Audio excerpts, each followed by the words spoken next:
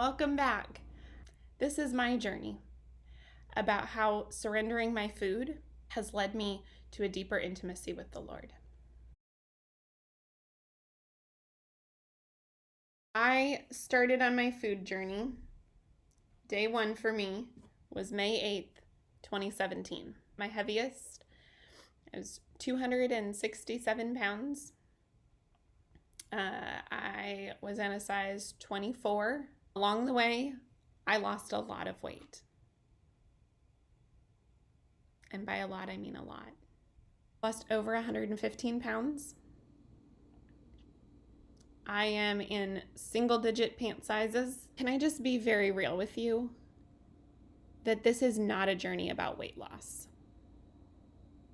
This is a journey about obedience. The weight loss has been amazing.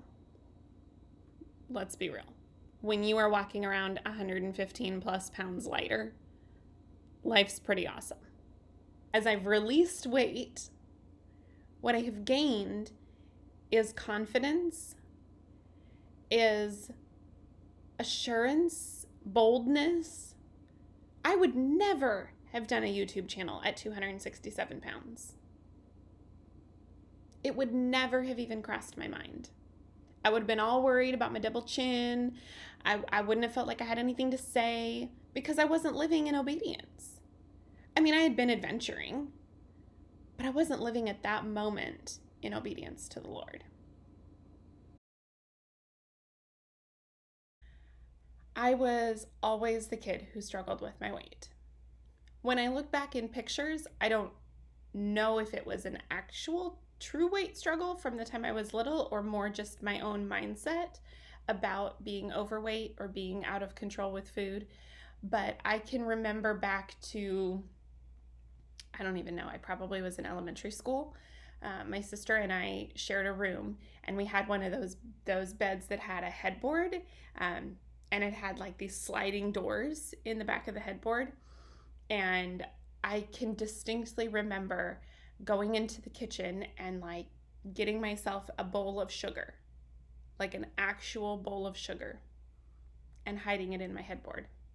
I just love sugar and junk food. I battled forever. And I remember being in high school and just feeling so low about my self-esteem. My friends would be able to shop in a certain section and I'd have to shop in the plus section. And just remembering how devastating that was.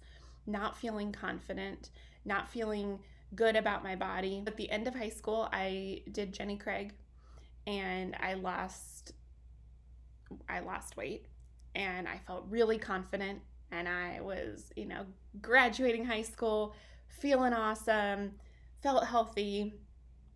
Then I got to college. You know what they have in college? They have unlimited meal plans, and they have a dining hall full of every kind of goodie, treat, bad thing for you that you could ever want. I massively gained weight. I just got out of control. And for the next 5 years, I just gained. And I would try really hard, commit that I'm never gonna buy candy again, and I'd throw everything out. And then the next week it's like the after Halloween sale and all the candy's on sale, and I don't care if it's Halloween candy and it's not Halloween because I'm just the one eating it. I did not think I was an emotional eater, but looking back, if I had a bad day at work, I'd already be planning what I was going to have for dinner that night to make me feel better, which is emotional eating.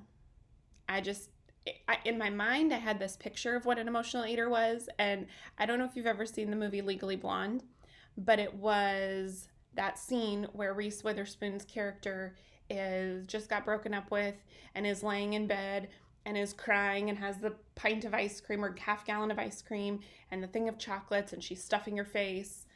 That was an emotional eater in my mind. And that wasn't me. I tried every diet sort of program out there as long as it didn't require me to give it up, because I was not going to be deprived of my treats. You could tell me to have it in portion control, but don't ask me to give it up because I can't give it up. I was in a season of really praying and asking God, like, God, I am out of control and I don't know how to get it back. I remember driving on the road and all of a sudden the only thing I can describe it as is the Holy Spirit just drops this idea into my head of, what if you have a food addiction? And I thought, I don't even know what that means. I'll throw around that word, food addiction, sugar addiction, addicted to chocolate, whatever. We throw it around so flippantly that I didn't even understand what that meant.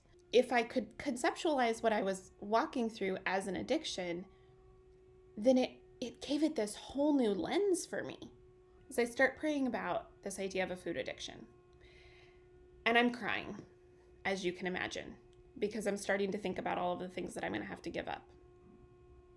And I'm like, why, God? Why is this my thing? Why can everybody get on a diet? Just eat a little bit less sugar and be fine. Why do I have to give it all up?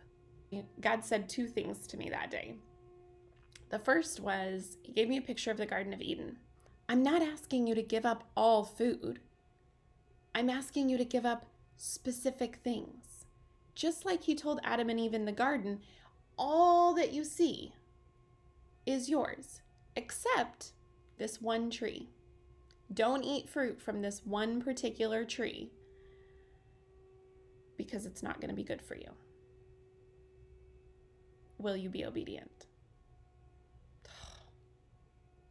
Man. The second thing he dropped on me, Matina, I gave up my son for you. Will you not give up chocolate for me? Mind blown, people. And it's not a guilt trip. Please hear me. God was not laying any sort of guilt trip on me. It was a conviction moment. And at that point in my life, I had adventured a lot with Jesus. I had followed him a lot of places with complete abandon. Like, here I am, Lord, send me. But not in my food. Let me keep that one, God. That one's not yours to speak into. And it was in that moment that he was reminding me, let me speak into all of it. The way that you live this life of being a follower of Jesus, the way you allow it to completely transform your life is to give it all to God. So I went home that night and I immediately start Googling Christian food addiction. First thing that pops up is this book called Sweet Surrender by a lady named Pam, who just shared her story. Can I tell you that our testimonies are powerful? We have been given a story to be able to give that story away. I remember sitting down and just poring over all of this. And I thought, okay, God, I will do this.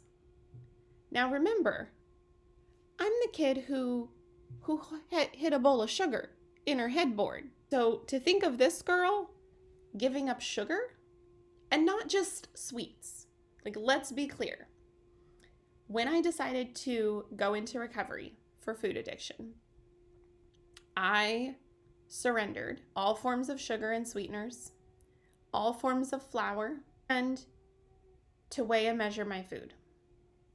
That seems incredibly rigid to a lot of people. Though the actual practicality of the way that I live and the way that I eat is very rigid, there is so much freedom in knowing your boundaries. So I am 2.5 years into abstinent eating at this point. And I remember when I very first started, people would ask me, well, when you get to the weight that you want to be, will you then reintroduce those foods into your life? And the answer is no, because it's not a diet plan. It's a way of life. And it's a way of life because God asked me to be obedient in this way.